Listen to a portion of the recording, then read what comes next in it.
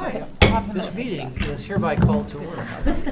Would you all please yes. stand as you are able and willing for the pledge?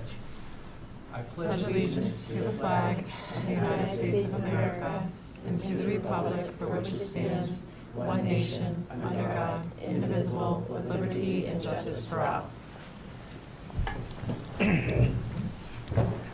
Thank you all for coming. We start with public comment. No one has asked to give us public comment tonight, so we'll move right into the report of the secretary. And I will entertain a motion to approve the minutes of our last meeting. I move to approve the minutes of the regular meeting of Wednesday, November 1st, 2023. I'll second Rebecca. Rebecca, thank you. Really well done. Really again. well done. Any comments or questions? Anybody need another minute, or are we good? No, We're we're good. all in That's great. favor? That is 5-0. Thank you very much. Okay, report of the chair. We did have a meeting with the town officials of our two towns on Wednesday last. I think I was the only board member there, so I'll do the report. So John gave an update with regard to a few things, the announcement of the COPS grant that you'll talk about more later tonight, the fact that we're entering into our negotiation period shortly with our unions, talked about the Lewiston events and the impact, our Friday closure and the rationale behind that. Mr. Sullivan from Elliott talked about elections there. They had many, many things on the ballot. The town hall renovation stuff all passed. That's really good. It means that the plan is now moving forward to move the voting out of our middle school and into their town hall. That looks like a June 2025 occupancy, so we'll likely have to host the 2024 election, November election, but after that, it looks like that will get to move. And he's working on their budget for 2025. He talked about health plan increases in the 4 to 7% range for them, for their town. The 236 project paving is over for the year, so that's cool. And he talked about tipping fees going up for trash, and that's a recurring theme because Mr. Pellerin also spoke about that. In South Berwick, the traffic lights are now installed at the 236-91 intersection, but they're not yet functioning. It'll be good to get them going. He talked about the plan to move forward with the final design and pre-construction phase on the downtown lights at 236 and Main and 236, excuse me, Main and Portland. They've got a $500K grant, and that pre-design, or the pre-construction phase is expected to take a year. They'll probably start construction in early 2025, expecting a 2-year project. They're going to do a downtown revitalization in parallel with that, so for 2 years, the South Berwick downtown is going to look a little different. They're fully staffed at the town level, which was good. They have one police officer that's in the academy right now that will shortly be exiting. And the town clerk, Barbara Bennett, is retiring in January, so that's yeah. She's been there for a long time. Yeah. Tim went out of his way, Mr. Pellerin, to congratulate and thank his staff for all the work that they've done through many transitions. He talked about an 8.8% health insurance increase, so we're keeping our fingers crossed. They're doing an RFP for the renovation of the town hall so that they can compare it with the new bid that they have. I mentioned trash. Tipping fees have gone way up. The dump sticker program in South Berwick has helped, though. It's caused a decrease in traffic to the transfer station, so it's kind of balancing out the increases in the hauling fees. And emphasize that he wants the 3 entities, the 2 towns and us, to continue to look for ways to share services. I thought that was good. He made, at the end of his presentation, he made a remark about how he was very pleased with the way that the 2 towns and the district are interacting and keeping in touch. I think he said that it's the first time in his career as a town manager that he's experienced that, and he was very grateful for it. Kudos to you for keeping this process alive in a time when we were transitioning with 2 new town managers starting at essentially the same time. So we had another good meeting. Oh, we talked about the vote results. Congratulations. I guess I should, I don't know if that's on the agenda. Congratulations to Heather who got Thank reelected. you. She got the most votes of anybody who was on the ballot. I saw So that. Good for you. Thanks. And that's it for the town officials meeting. Oh, yes, I'm sorry. Thank you. There will not be a town officials meeting in December. We're going to take the month off because we had such a good meeting. Great. And there's a lot going on in mid-December with everybody. Perfect. Yeah. Thank you. Okay, I think that does it for me, and that brings us to the report of the superintendent. I have a wide array of topics tonight. So let's start off with some really great news. We were notified 2 weeks ago that we have received an SVPP grant, which is through the COPS program, the Department of Justice, and we received a $499,999 grant. And that's a Safe Schools grant. It was the grant we talked about last year when we were building the budget. And so if you remember, that was built around technology, around cameras, door security, keyless entry, film on windows, and we also talked about the main entrance of the high school being kind of like, kind of those big ideas. As we kind of dug into this a little bit more, the entrance work at the high school is not going to meet the criteria for the grant. Some of the stuff that would go into the entrance, so any of the technology pieces, the door sensors, the door locks, the cameras, those types of things will all fall into that. But that would not, but we are going to be looking at upgrading all of our camera systems, and particularly door sensors to let us know if doors are ajar. That's one of the things that we really need to have, we do not have currently. So we are going to be meeting with A3, who's the company that helped us write the grant, and then our plan at this point tentatively is once we can narrow down the focus of what our priorities are, is then creating kind of an RFP process where people would come in and sit down and talk about the options that we might have and then go out to bid to be able to get what we need and what we're looking for. So one of the parts with that is that there's a system called Verkada, which is a lot of the cameras that we have tied to our vape sensors. There's a company that does that, so we determined that we want to go through that company. Their product is really the gold standard, and so there's kind of a trade-off, and they manage it all, they upkeep it all for us, and that's a really positive thing, so it saves us on the labor side of things down the road, and so that would be like a 10-year commitment with Verkada to be able to do that. So we're going to start getting some prices.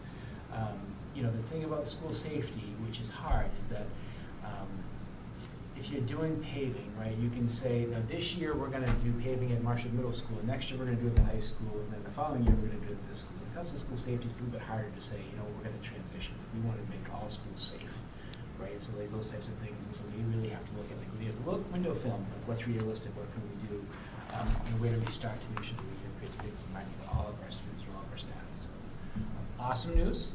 Really excited about it. We'll kind of report more once we get going. We're going to have to spend about $125,000 of our own money to match that grant in order to access the full $499,999. I'm not sure why we didn't get the extra dollar. I think that's fascinating. But anyway, all great news. So, any questions about that? The 125K is in this year's budget or next? It can be in the next 3-year budget. Okay. Excuse me. This year through September 2026 or 25? 26. So that's tricky, right? And so, like, for me, when I think about it, are there things that we would do with the camera system that we might upgrade over time? Like that might be the type of thing that we kind of budget for, or do we try to, put that money aside now and be able to get it done right away? The other thing is, if we're going to do the project, we want to get the price and do the project the right way the first time, and so we get some options around what that might look like in the future. So, a lot of kind of moving parts right now. Really excited about it.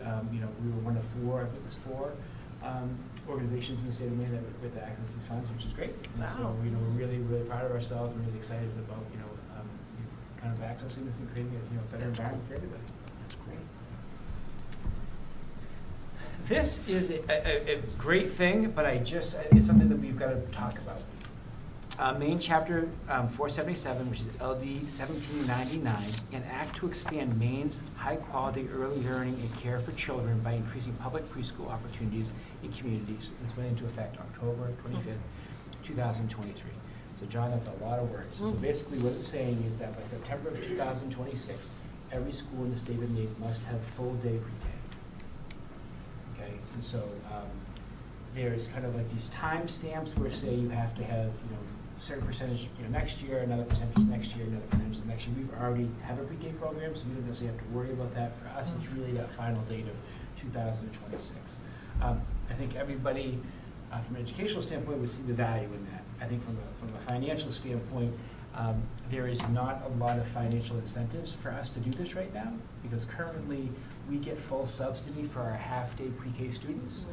And so we are going to, in essence, probably lose subsidy because we're going to be losing students from York, Kittery, North Berwick, and Berwick that attend our pre-K programs.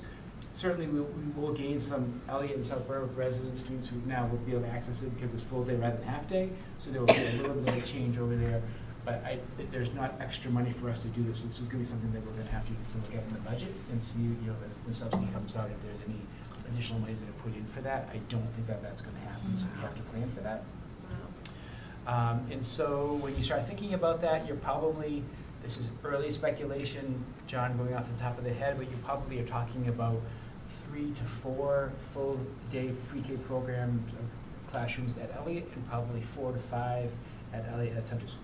And so space becomes an issue. We do have space to do that. We have to be creative in how we're going to do that. The other side of that is you're probably talking close to $500,000 to be able to do that. Because you remember with pre-K, it's 16 students to 1 ed tech and 1 teacher. Remember, the average teacher cost that we typically use is that $90,000 amount, and we use about $45,000 amount for the ed tech. And so if you're going to add, basically 2.5 more classrooms worth of people, you're talking about, quickly you can get to about, $150,000 a classroom, basically. Classrooms is about $500,000 roughly. Right. So that's early math.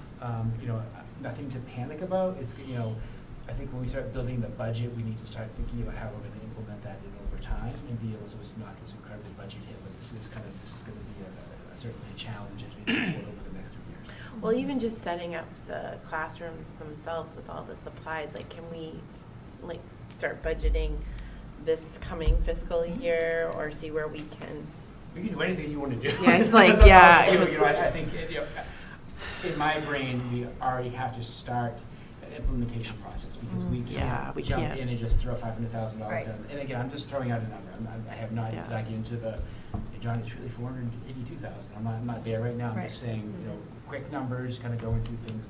We're going to have to start thinking about what the implementation looks like. Yep. Good news is from a table and chair standpoint, we are not short of anything with those. We have a yard sale with somebody because of what we had left over from the pandemic, and we had to spread things out. So we do have classroom furniture. That's not an issue. It is going to require some organization. I think one of the things that if you've been around schools at all, there's never enough space, because as soon as you create more space, people just kind of expand grow into and it. expand. And so you've got to kind of, cut back, and, people may not have the classroom space that they have right now, and we have to be able to be a little bit creative and mindful of that as we go through things. And they'll have breakfast and lunch and all That's of those correct. things. Yeah. Okay. So, but on the positive side, for parents that work full-time and have been paying That's correct. for half-day preschool or childcare, that money can then be transitioned, towards taxes if we have to increase the budget. Yep, 100%. Yep. I think the tricky part is that for us, let's say if it was kindergarten, we would have a way to access that child age kindergarten parents and be able to ask what they think. With the pre-K, we just don't know, Right. because Yeah. it's not a name and address that we can get our hands on, and so we have to kind of speculate. We do a pretty good job of that, as far as, that's why I keep saying, this is what the projected enrollment versus the real enrollment. We were within 11 students, and so we've got it down to a pretty good science, and so this is going to be a little bit of a change, because we have to be able to figure out that the out-of-town piece is going to be interesting. So and how we continue that. Yeah, I think we'll just have to get creative with marketing somehow, to the surrounding communities outside of Maine, maybe, the commuters, maybe. I don't know, if we have lots of open spaces, because That's what we got to figure out, and that's the hard part, because it's a hard number, and that so our class size policy has some flexibility, and we can go one over and one below, so we have some wiggle room. Whereas it's pretty tough, 16. You know, you can do an 8 without an ed tech, but then, you know, that's, your bang for your buck is not the same, and so you've got to be able to figure out just to be able to balance that. I'm excited about it. I think it's a great thing for kids. Yeah. I think it's, you know, it's a good decision. You know, it's just, there's, you know, with a decision, there's consequences, and so one of the consequences is we've got to be able to figure this out. I do think there is a segment of our population that will be cheering that this is an opportunity for children, so. Sure. But it is gonna take some work. As of right now, I would not think that that's a realistic expectation for us to have in place next year. We have some time to be able to do that. You know, unless you tell me otherwise, I am not gonna include that in my budget for next year. And No, we can't. there's enough things going on right now that we Right. have to deal with financially. We did reach out, there is some grant money available. We did not qualify for any of the grant monies available because basically we already have the pre-K program and we're getting students and getting full subsidy for those students right now, so they said you would not qualify for any Yeah. additional money, so we did look into that. If I'm reading this act correctly, it does create a commission to explore options for full day and also pathways to provide funding. Yeah. So hopefully something will come of that. I mean, that will at least address the funding piece of it, potentially. It doesn't address the space, of course. I'm not holding my breath on the. Yeah. I hear you. Are our elementary buses full, or are there room on the buses? Oof. Yeah, so it's gonna affect all of that as well, right? I think there's some room, I right? think we'll be okay. We have a pre-K runs, that they have separate runs for pre-K right now, Right. so I think it'll be interesting. Those are the kind of the, you know, you're gonna have to, that first year that we do this, you're gonna have to have some flexibility to be able to manage, you know, highs and lows and spikes and be able to look at those things, you know. And we may be in a situation where, you know, we have a position in reserve and we may be looking to hire someone in August because we thought that we could get away with 3 classrooms, and all of a sudden we have, you know, rather than 48, we have, you know, 52, and so we have to, you know, add an additional position. So we're just gonna have to have some flexibility to be able to accommodate that. You know, obviously we want to get the best learning environment possible, but at the same time, you have to be physically, you know, mindful of what you're doing. So, so good news, but I just Yeah. want to have it on your radar. Don't have. Next, my report is all over the place. This is what we're talking about. Grant monies, we're talking about changes in laws, we're talking about a wellness fair. So the community wellness event is established for Monday, starting at 6 o'clock. So we will have some, each one of the schools or the elementary schools may be doing it together, but just kind of a table to kind of share what some of the things are, the great things that are happening in schools. And then the Pine Tree Center is going to come in and do a presentation and really kind of that, creating some hopefulness. So we're really excited about it and hope that we get a good turnout. Next thing, as we're talking about budgets, is, again, just trying to be transparent. Here's where we are in the process. So the last 3 months, it feels like we've talked about what's our projected October 15th enrollment is, and we finally have our real enrollment. And so now, let's carry that forward and see what that will look like as we start to begin the budget process. And so this projected enrollment for 2025 is us taking our current data, pulling it forward for next year, and then using kind of those norms around our pre-K numbers as we kind of generate what really we think are kind of a 3-year averages with our numbers for pre-K.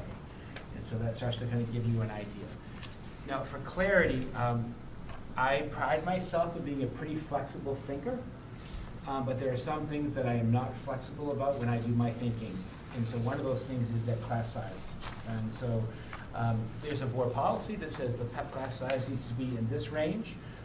You know, our ideal would be to be in the middle of that, but we do have flexibility, you know, to go up 1 above or 1 below. So those are pretty hard numbers for me. So when I do these numbers and we talk about this, I'm going to use that kind of as the law, as the rules to monopoly when we do this. So I just want to be kind of clear as we kind of go into that as we begin that budget process.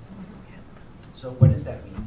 It means that you might have a class size at 3rd grade of 21 students in 3rd grade, where people might say we really want to have 16, but 16 falls outside of the class size policy. Whereas, so if it's 80 divided by 4, you get, you know, 20 students per class. But if you did 80 divided by 5, you get 16. 80, you know, the 20 falls within the class size policy. The 16 falls below the class size policy. And so those are the types of numbers. Those are just the realities of what we have to do. Sure. When we build the budget, those are really hard decisions. Questions?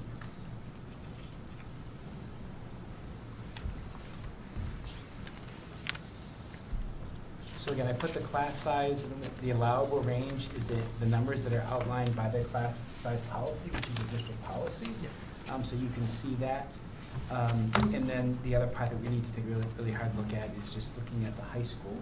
The high school is a much different beast, so to speak, when it comes to creating the schedules, because, you know, you want to offer a wide variety of options, but you also got to be, again, you have to be mindful of what's realistic that you can offer. So, you know, we start talking about we have more SRTC opportunities, we have ELO opportunities, we have, you know, now we'll have some, maybe some additional Dover opportunities for physical vocational programs. And so we just need to really take a hard look at what, you know, feasibility-wise, what makes the most sense. So. Any questions about any of this that you might have? Again, I'm not trying to be negative, I'm just trying to give you a sense, like, this is where my mind goes, and you know me, like, I can live in the gray with the best of them, but like, when I do the budget, I have to have that different mindset, so. And then the last thing I wanted to share with you is, you probably have not seen this before, but I want to share it with you because it's part of the process. And so here you will see, this is the athletic stipend rubric. So this is a negotiated rubric that is part of our current teacher's contract. So if you wanted to see the current version of this, you would just go on our website, go under staff, have staff handbooks and contracts. You would then open up the teacher's contract, and this is at the very back end of the contract. And so how does this work? What we do is we say, okay, there's a sport that you're coaching. Let's just say that you are the varsity soccer coach. You have 41 to 50 students over a 3-year average, so therefore you're going to earn 5 points in that first category. And then we go into the length of season, and so it's a fall season, let's just say it's 300 hours, and so they would earn 12 points for that, so now we're at 17 points. We would then say supervision responsibility, it's a varsity head coaching position, so you would get 6 points for that. How many staff do you supervise? You would get points for that. The activity responsibility is a little average or great, and you would get a point for that. And so you would come up with a number. For instance, hypothetically, you could be the varsity volleyball coach, and let's just say the number ends up being 27 points. So you have 27 points, and then you multiply that by the point value that's negotiated in the contractual agreement. So right now it's $195 per point. So hypothetically, 27 times 195 is you're going to be at roughly $5,000 if you were going to be the varsity volleyball coach. Hypothetically, those are not real numbers, those are just me trying to give you an example. And so part of our first steps of negotiations is that we're supposed to go through these criteria and look and make sure that we're all make sense to everybody. And then if there's anything that changes, we would need to look at that. So for example, the high school 10 years ago may have had a higher population, now it's a lower population, so maybe the 3-year average for participants has gone down. And so if something's gone down, then the points awarded to that program would go down. Volleyball has blew up, really, really hugely popular. So that has impacted field hockey negatively when you kind of look at the numbers of comparisons. And so we have to make those adjustments when we do that. So some sports have gone up, some sports have gone down. And so we've done that. The feedback that came up from a rubric standpoint is the QEA, and I agree with this wholeheartedly, is that we have opened up kind of a new door for the athletic department with these co-op teams. And so now we have these cooperative programs where, for instance, our wrestling team would offer the opportunity for kids from Shape Academy to become wrestler at Marshwood. And the coach would then coach both Marshwood and Shape kids under this co-op Marshwood banner, so to speak. And so their point was that there's an additional layer of responsibility that you're taking on when you're having to communicate with 2 schools versus 1, 2 sets of different rules, 2 sets of attendance procedures. I think that makes a lot of sense. Sure. So what we talked about was if you co-opted one school, giving the coach an extra additional 1 point, which is basically $95 right now, or if you co-opted more than one school, you give them 2 points. So for instance, our hockey program co-ops with 3 other schools, including Marshall, is 4 altogether? So 4 teams altogether. So again, that's another layer that you have to take into account. And so that for instance, the hockey coach would get 2 points additional because they are dealing with those 4 teams. Remember, the other side of the co-op is that we would also bill Curie for SAVE for wrestling. So what we tend to want to do is that we would take the total cost of it, no differently than what we would for a homeschool student.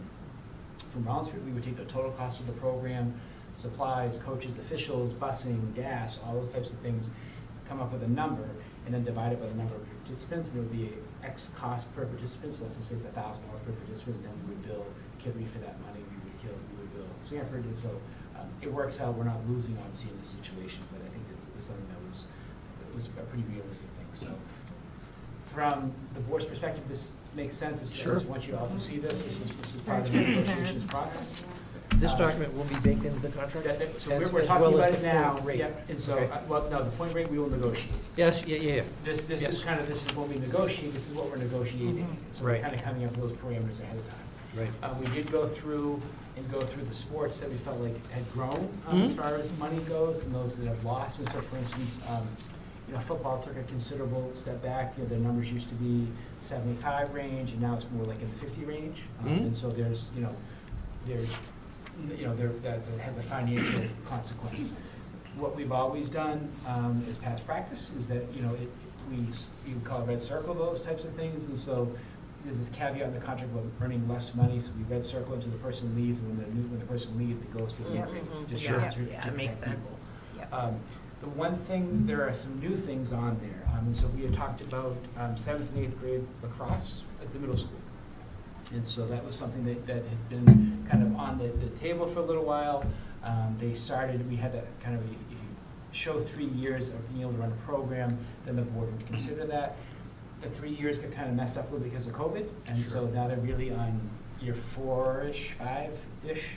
And so I included that as part of something that, as it comes to budget time, that the board can consider. Good. And also looking at formalizing our unified bocce, to have that actually in the contract. We are also formalizing esports, and so trying to get that in the contract as well. We're trying to get that up and going. So we're gathering some information on that. Esports actually has 2 seasons. And so we're just trying to give, again, opportunities for kids to be involved in something different, on something exciting. So, Nice. the other thing is that our numbers for middle school track are out of this world, upwards of 90 students. And so there's 2 coaches for that right now. So from a supervision standpoint, it makes a lot of sense to have an additional coach there. Also, our indoor track program numbers are through the roof as well. So just trying to be mindful of those types of situations. And so we've done that work already with this. We will do the visual performing arts, and we will also do our clubs and activities. And so that will be kind of those steps that get done before we go into negotiations. Mhm. And then that's when we really talk about like what the dollar amounts are that we would pay for that. Great. It's quite a process. Yeah. But that's where those numbers come from. I remember Paul Stanley asked me, like, how much does the baseball coach make? And we heard, he's like, It "Oh." depends. Yeah, it depends, and it was like, no, that's not quite as much as people think. I think it's a lot more than it really is. No. But that's, if people want to see, that's how it's calculated, the point values are right in the contract, so. Any questions or anything then? This makes good sense. The other thing, just kind of is my last thing before I turn it over to the student report, is that the NEAS committee was here on Monday and Tuesday. They did a lot of work in the building, and I'm going to share with you. I'm going to pull up my phone, so forgive me, I'm not checking my emails. I am trying to give you, Brett and Christine are both at a conference today, but I want to share with you the feedback he shared about the NEAS visit. Give me 1 second. He said, our NEAS visit was a tremendous success. They evaluated us on standards and reported out that we met expectations in every category but one, and need to develop a vision for a graduate. We knew this going into this process. The vision of a graduate is new within the last 4 or 5 years. In the past, it was developed kind of under the core beliefs and learning expectations and so we have already identified this as an area that we need to grow. And so they'll come back in 2 years. They'll give us goals after this meeting, and then we'll have an opportunity to meet those goals. I would also like to thank the parents, staff, board members, and students who met with the committee to provide feedback for our schools. The NEAS committee was highly complimentary of our school and pointed out new initiatives that have been placed recently, such as extended learning opportunities, the Career Center, freshman seminar, bar, and our summer hot camp. Our teachers will now press on with our goals before the committee returns in 2 years to visit again. Finally, I'd like to thank Josh Livingston and Vinnie Johnson and the members of our steering committee for the work that they did in preparation for this visit, Chartwells for the hospitality they provided with the meal service, and the Flynn family for the great accommodations at the Neely House in South Park. That was from Brett. So just to kind of give you Great. and we'll get a formal report back within the next few months. Great. What does the vision of the graduate mean? Sorry, I don't know what that means. I think it's really talking about what do we want all students to be able to know and do. And I think that being able to formalize that, so, yeah. So this is the work that we're doing. A lot of this is just with that career center work, really talking about like what are those career aspirations, those children aspirations, and what is the pathway to be able to reach those career aspirations, and what do we want all students to be able to know and do by the time they leave Marshall High School and most school districts. I kind of think of it as the back end of our sort of district mission statement, right? Which is, Right. did these kids meet the mission Right, statement? exactly. Or did we meet it in 100%. providing them services? Yeah, it's good. Okay, and that concludes my part. I'll turn it over to our student report. Awesome. So the cross-country team sent Omri Rivar to the New England Cross Country Championships on the 11th. He placed 85th with a 5K time of 16 minutes and 48 seconds, which is crazy to me. The football team sadly lost on the 6th, 14-7 against Massabesic. That was the end of their season, but they had a great record as well, so excited for that next year. Hockey practices are underway. And winter sports are starting up this coming Monday, while other teams will be starting after Thanksgiving break, so more exciting news on sports to come. Student government has had a huge couple of weeks. They've been working diligently. Some executive board members presented some proposals in front of the leadership team after school yesterday. It was a fairly long meeting and it went well. Me and Hadley presented plans and ideas regarding the day before winter break that we were planning, called the Frosty Fiesta. Winter Carnival, and the day between semesters right after midterms. We actually emailed Mr. Caverly about it, and we're going to put together something called Save the Superintendent, we're hoping, which is going to get saved. which is going to kind of be, we're given an 80-minute time period, and we're going to give the students a chance. It's kind of like an escape room type thing, but you follow the clues to find him in a room locked up somewhere. So we're still planning that out, but it's looking very fun. We had good feedback on all of them. Just trying to figure out Winter Carnival day times, just predicting snow days happening. So how much school time can we cut into? Lauren Hunting talked about the new and uprunning Hawk updates.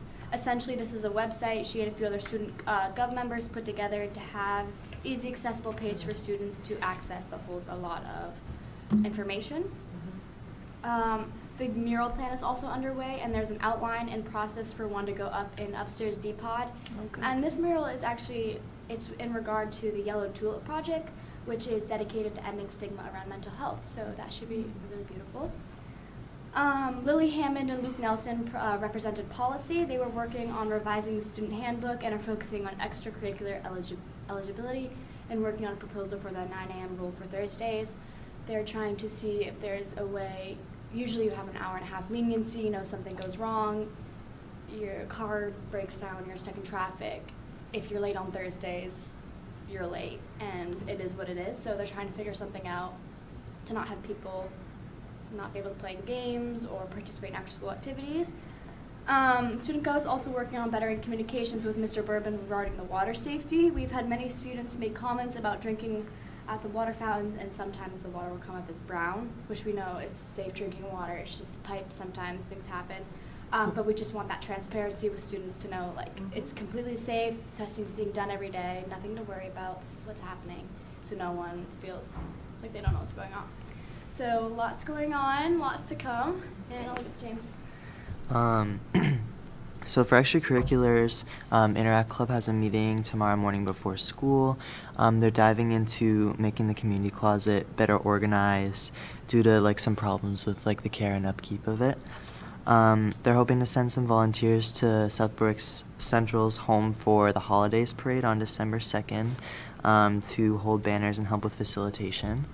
The Civil Rights team had their day of welcome on the 3rd, which went really well. Students got to the lobby at 7 a.m. They handed out munchkins and they showed off the banner that they made.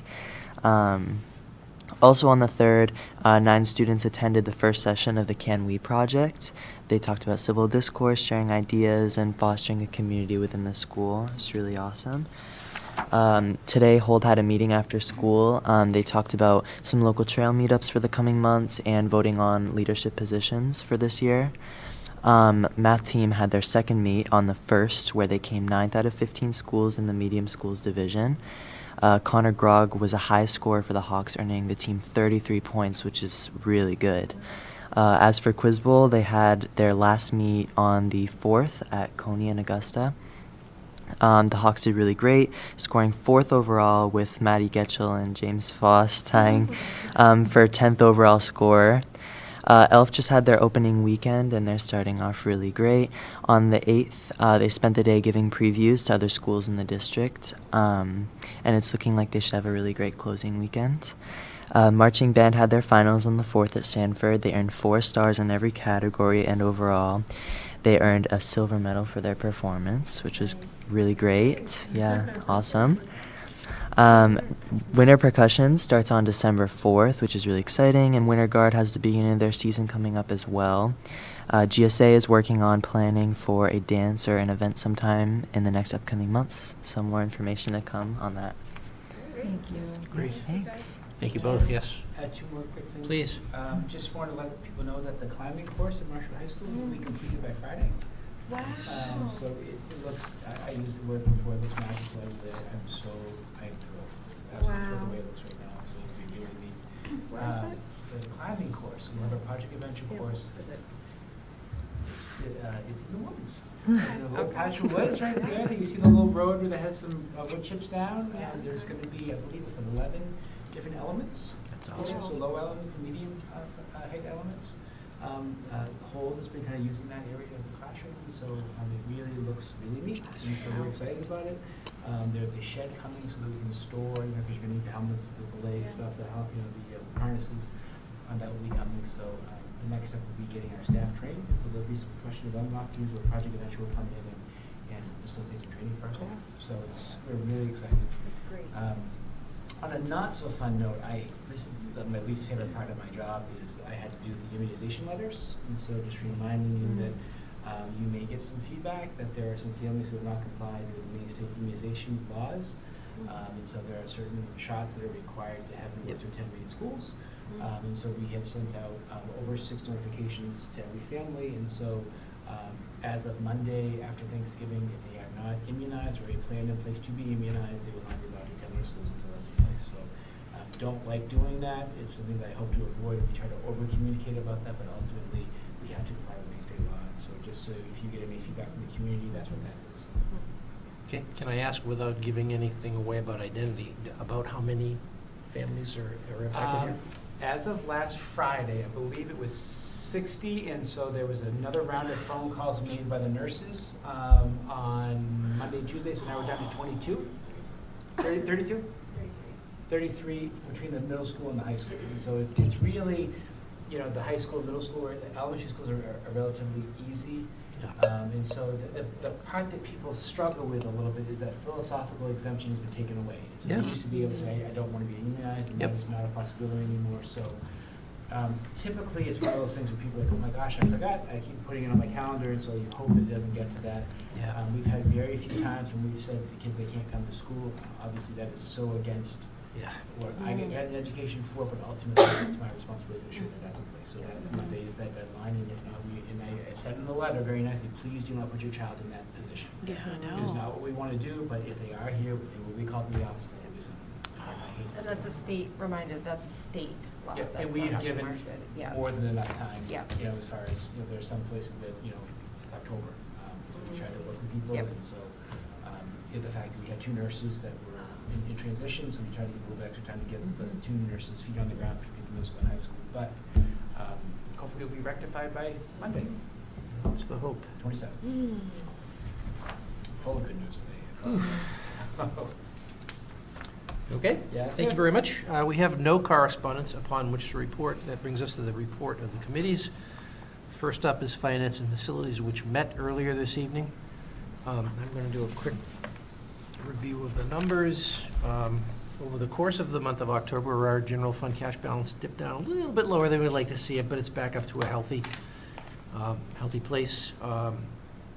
We're running a little bit ahead, expenditures running ahead of revenues, but we're catching up. We've got allowance for tuition payments coming in now.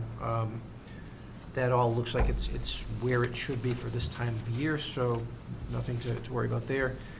We got a quarterly payment from Kittery, which has brought our adult education balance back up into the positive, and we're expecting another spike when our government grant comes through, and then we'll just spend that down over the course of the balance of the year. We don't have an October update on food service yet because the person involved in that was out sick, so we'll look at 2 months next month. Federal grant money, we're spending the money. It's not coming in quite yet, but we're expecting it, so that'll catch up. The revenue and expenditure monthly report looks very much like what it did last year with some small exceptions. So that's more evidence that we're pretty much where we ought to be for this time of the school year. I think that's all I'm going to say about that, which brings us to the facility stuff. Please. So, some of the things were already mentioned. As John mentioned, we are purchasing a shed for the front area of the high school, and that is to house adventure equipment for the Project Adventure course, which is exciting. And Heather mentioned we might be able to offset some of the cost or all of the cost by accessing some bond funds, which would be cool. So she's going to look into that. And we discussed a water leak issue at the high school for the pipe that's coming into the high school. It's an old pipe. It's over 20 years old, and the epoxy around the front of it is falling apart. So it's a very large, fragile project, and to fix it will be probably around 2 to 3 weeks. There's a couple of options that we have, and one would be, can we do work now or over Christmas vacation, and possibly operate school with non-potable water, like for the toilets and the sinks and whatnot, and then bring in drinking water if we have to? Or can we potentially put a sleeve over the pipe to buy us 6 months, which would postpone the work, and we would do it this spring when school's out. So a couple of choices for the pipe, but that is being looked into. And we are still waiting on our wheelchair van, so in the meantime, we're still renting. We have one of our driver trainees has completed the written part of their training, so that's exciting. And we have a candidate for the mechanic position who is going to be joining us for a second interview, which is really exciting. John talked about the SVPP grant, which is amazing. Basically $500,000 to help us keep our schools safer. So we were one of 4 schools in the state that got that grant, so that's incredible. John mentioned about the Fricata system, so that's the sort of gold standard, top of the line, very high tech system, and that's hopefully what we'll be using. There's a 10-year commitment with that. We talked about some hourly adjustments that are going to be taking place for food service. Meals per work hour, is that right? MPWH. So if there's more meals that are being purchased and served, we need to have more staff on hand. So the middle school has been feeding 80% of the population, which is a lot. So we're working on getting more staff to the middle school to support that team. And we also talked a little bit about the milk machines. Right now we have milk machines at Great Works, which are really enjoyed, and we had talked about possibly getting those implemented into the middle school and the high school, but it also takes time to stand in line and get the milk. And right now there's already lines at the middle school and high school, and so it would just delay students actually getting their food and sitting down that much more right now. So it's still something that's sort of part of the process moving forward, but we're just putting that on hold. And Heather?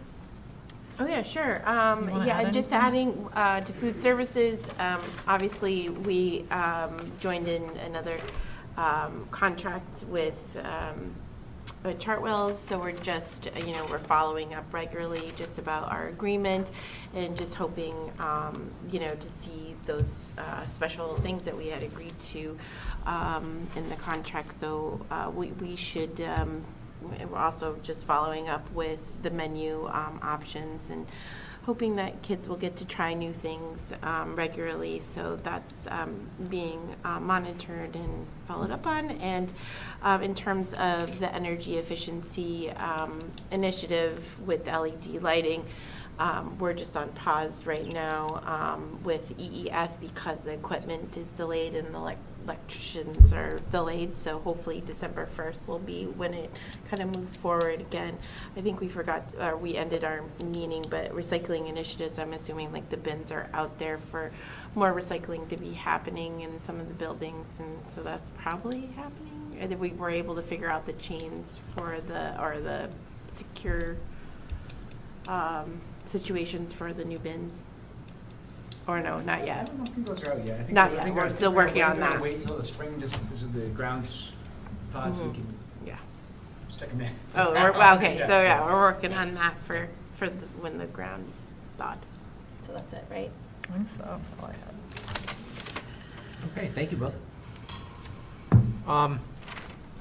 Ed policy, we have a series of policies for second read tonight. Next meeting is on the 29th of November. And Wellness and SEL will next meet on December 6th. So we'll hear from them after that meeting. That concludes the report of the committees and brings us to new business. Can I have a motion, please, with regard to policy GAB? I move to approve the second reading and adoption of policy GAB, job descriptions. Second, Jen? Jen, thank you. Second read, no changes. Any questions? All in favor? That's 5-0. Thank you. May I have a motion, please, with regard to IJOC? Move to approve the second reading and adoption of policy IJOC, school volunteers. Second, Jen? Jen, thank you. Same drill. Second reading, no changes. Questions? All in favor? That is also 5-0. Thank you very much. Motion, please, with regard to IJOC-E1. I move we approve the second reading and adoption of policy IJOC-E1, Level 1 Volunteer Agreement Form.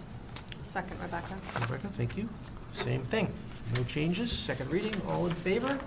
That is 5-0. And motion, please, with regard to IJOC-E2. I move, oh, go ahead, Jen. Go ahead.